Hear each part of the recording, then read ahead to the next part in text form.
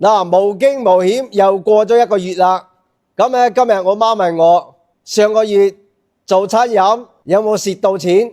咁我同我媽講，上個月我好努力，每日都發2、3條廣告視頻，同埋自己親自落廚房整無花果雞，又慳成本又慳工資嘅情況下，我哋上個月都會山莊冇蝕到錢，仲揾咗少少啦。咁呢，喺依家經濟咁低迷嘅情況下，同埋我哋周邊咁多特價、咁多內卷嘅情況下，我哋都會山莊唔使蝕錢。咁咧呢個呢，就真係要多得我媽啦。我媽每日都同我求福嘅，祈求菩薩保佑我哋都會山莊多啲人嚟食無花果雞。我媽每日都喺度拜觀音嘅，所以我媽呢特別關心我啲生意。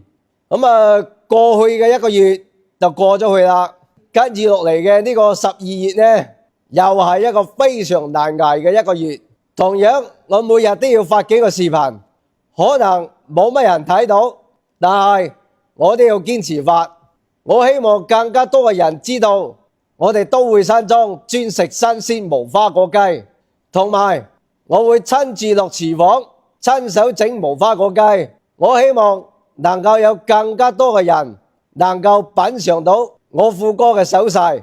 為咗多謝大家嘅支持，我依家啲無花果雞湯足足俾成2斤嘅新鮮無花果嚟煲湯，啖湯又潤又清甜。我喺都會山莊等你哋啊！